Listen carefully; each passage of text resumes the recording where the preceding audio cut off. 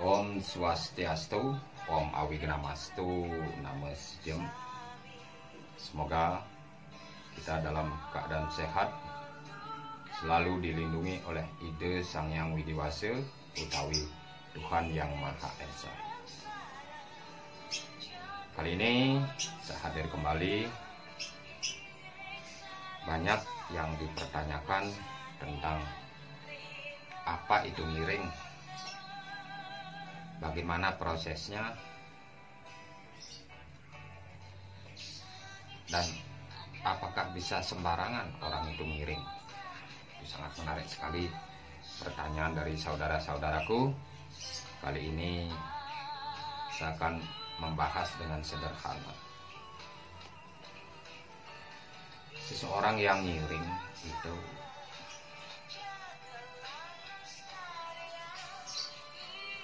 tidak sembarangan. Biasanya orang yang miring itu sudah ditepak semenjak dia lahir, dikasih sinyal atau kekuatan oleh Sang Yang Pencipta untuk melanjutkan titah atau tugas di jagat ini. Bisa jadi pemangku, bisa jadi balian, sesuai dengan karmanya masing-masing. Terkadang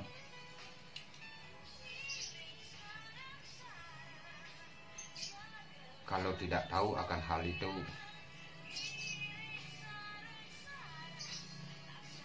ikut-ikutan untuk belajar, tetapi di akhir cerita dipakai bisnis. Nah, itu yang tidak baik. Terkadang di luar nalar pemikiran kita. Karena apa?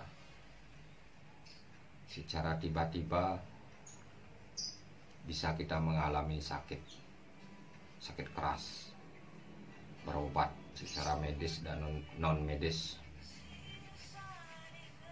tidak bisa sembuh. Akhirnya hanya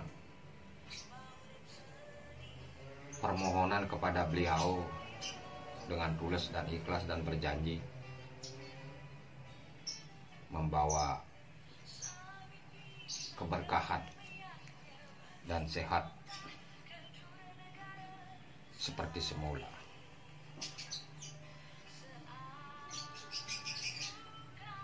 Itulah proses sebelum ngiring, karena tanda-tanda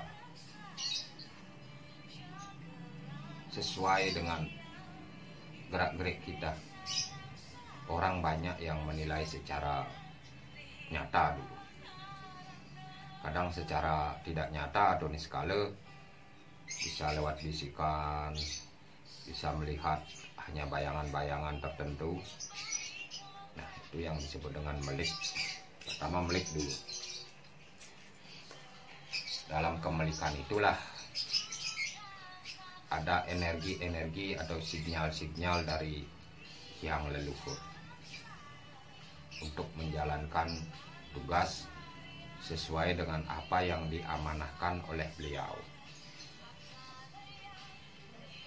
Terkadang tanpa belajar kita bisa menghafalkan mantra-mantra secara kita tidak tahu. Setelah kita jalanin, diarahkan oleh beliau dengan sederhana, dengan popolosan, atau kita sederhanalah dalam mengucapkan mantra. Beliau sudah memberikan izin. Semua hal yang ada di dunia ini,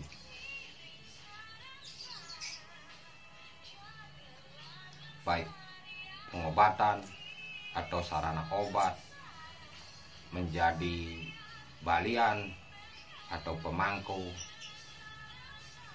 itu sudah kehendak dari ide Sang Hyang Widi Wase, tanpa direkayasa, tanpa kita belajar. Seiring dengan waktu berjalan, kita akan paham hal itu. Nah, itulah keanehannya. Seorang yang benar-benar ngiring, yang menjadi tapakan Widi, beliau akan mengarahkan kita bagaimana caranya, apa yang kita lakukan. Dengan ketulus ikhlasan, beliau akan membimbing kita secara tidak langsung. Terkadang kalau dipikir-pikir, kita sebagai manusia kadang menghelak dari hal tersebut, sehingga beliau murka atau marah. Akhirnya kita menyerah untuk menjalankan tugas. Apa yang dibebankan oleh beliau harus kita jalani, karena itu merupakan sebuah wujud karma dari masa lalu, sehingga kita lahir kembali untuk menjalankan karma-karma masa lalu itu yang sekarang kita bayar. Itu sistemnya. Istilah dalam kita di jagat ini ngiring. Secara otomatis dikasih anugerah dari beliau tanpa kita mencari atau tanpa kita memburu. Anugerah tersebut sudah ditancapkan di dalam diri kita. Yang terpenting dalam kita menjalankan tugas sebagai tapakan Widi, kita harus tahu sesana, etika, sopan santun, apa yang dilarang oleh aturan-aturan beliau, apa yang harus kita jalankan, itu yang harus kita ketahui. Sebelum menjalani semua ini, otomatis sudah ada upacara dan upakara secara lahir dan batin, jasmani dan rohani, lewat upacara pewintenan, pembersihan diri kita. Kalau di Bali mewinten namanya. Itu harus dulu pertama, biar kita tidak disalahkan oleh para leluhur, Ibu Haji Saraswati, karena beliaulah yang memberikan ilmu pengetahuan, biar kita apa yang kita pelajari biar kresek di hati, biar masuk semua itu ajaran-ajaran. Jika kita bersih di hati,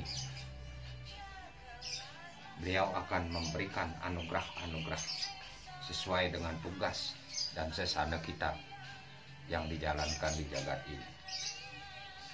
Setelah melalui proses pewintenan atau pembersihan baik jasmani dan rohani, baru kita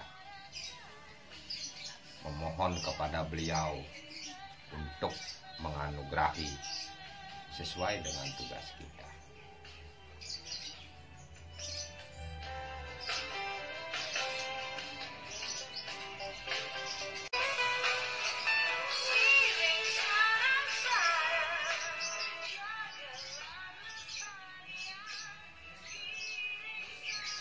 Mengenai taksu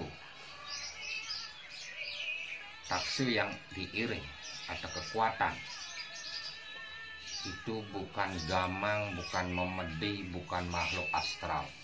Jangan salah menilainya. Jika benar-benar menjadi tapakan Widi, semua itu tidak itu yang diiring. Yang diiring adalah yang mempunyai kekuatan, anugerah dari ide Sang Hyang Widi Wase yang diturunkan kepada leluhur, dan leluhur yang mencari keturunannya untuk menjalankan tugas-tugasnya di kehidupan ini. Itu sebenarnya jangan sampai keliru, jangan sampai wah ini ngiring gamang, ini ngiring begini. Tidak ada seperti itu. Jangan sampai keliru menafsirkan itu. Janganlah main tafsir. Nah, itulah yang sebenarnya. yang diiring oleh seorang tapakan. Jika ada yang ngiring lewat gamang atau ini, itu beda itu. Kalau saya menjelaskan yang benar-benar kita iring atau taksu adalah milik yang leluhur yang diberikan sinar oleh ide Sang Hyang Widiwasa, ide Betara Siwa, untuk menjadi kita sebagai jembatan di sekala. Karena apa? Ide yang leluhur tidak bisa berbicara karena di beda alam ini. Mencarilah keturunannya yang tepat, yang dikasih mandat untuk menjalankan tugasnya. Beliaulah yang menyetir kita. Begitu sebenarnya. Semoga tidak keliru dalam tafsiran-tafsiran yang melenceng. Mengenai tentang obat, di dalam pengobatan seorang balian itu harus menguasai lontar-lontar yang dianugerahi juga dari beliau yang leluhur sebagai warisan. Semua itu akan tersirat bagaimana pengobatannya, bagaimana sarananya, itu sudah ada diatur. Seperti lontar usade putih, kalimosade, dan lontar-lontar tentang pengusadaan seperti Ratu Mengusade. Itu banyak hal yang harus kita kuasai sehingga kita tepat memberikan obat kepada si pasien. Dan juga lewat permohonan juga. Semua intinya kita memohon kepada ide Sang Hyang Widiwasa, dibantu oleh yang leluhur, dibantu oleh kekuatan energi alam, sehingga kita terpikir untuk meracik suatu obat biar si pasien yang kita tolong akan perlahan mengalami kesembuhan. Nah, mengenai paice atau sarana seperti pusaka, batu, kayu, dan lain-lain, itu didapatkan dari pawisik juga, dari gaib, sehingga kita bisa meraihnya. Itu pun tidak sembarangan yang kita akan dapat. Sebagai sarana tersebut sebagai pembantu energi, itu semua adalah sarana yang kita dapatkan untuk mempermudah jalannya pengobatan.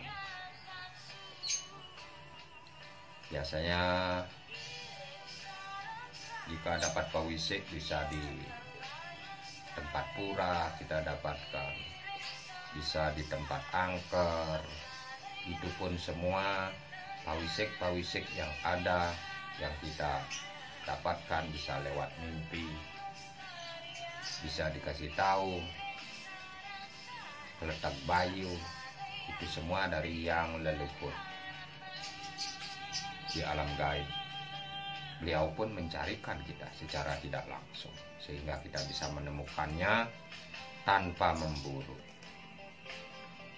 Semua yang kita dapatkan hanya untuk sebagai sarana pendamping, energi pendamping untuk membantu. Semua dasarnya adalah keikhlasan. Jika kita ikhlas, alam pun akan menyodorkan, memberikan apa yang kita mohon untuk membantu kita dalam pengobatan sehari-hari. Dan yang terakhir, jika seorang balian melanggar aturan-aturan secara niskala dan tidak menguasai hal-hal dalam pengobatan, tidak bisa menggunakan energi-energi yang diberikan oleh ide Betara Sesuhunan, sembarangan kita mengobati orang, itu akan mendapatkan hukuman dari beliau. Apalagi seorang balian berjualan, istilahnya menjual sesuatu hal-hal medis kepada si pasien dengan cara untuk memanfaatkan pasiennya, itu pun akan dicabut anugerahnya. Jangan salah, beliau dalam hal itu kejam, tidak mau diajak bernegosiasi dalam hal itu, dicopot semuanya sehingga menyengsarakan jiwa kita. Bisa kita sakit, walaupun sesakti apapun menjadi balian, jika kita menjual sarana untuk bisnis, apalagi kita berbohong, itu akan mendapatkan hukuman dari Sang Yang Widiwase, dari yang leluhur. Bisa kita jatuh sakit, sengsara atma kita, dan hukuman-hukuman yang lain. Ya begitulah perbincangan kali ini. Saya membuat video ini bukan untuk eksistensi. Tergerak hati saya untuk meluruskan hal-hal yang melenceng. Semoga kita lebih paham dan bisa menambah wawasan. Inilah tujuan kita hidup, saling mengisi, sharing, istilahnya metimbang wirase.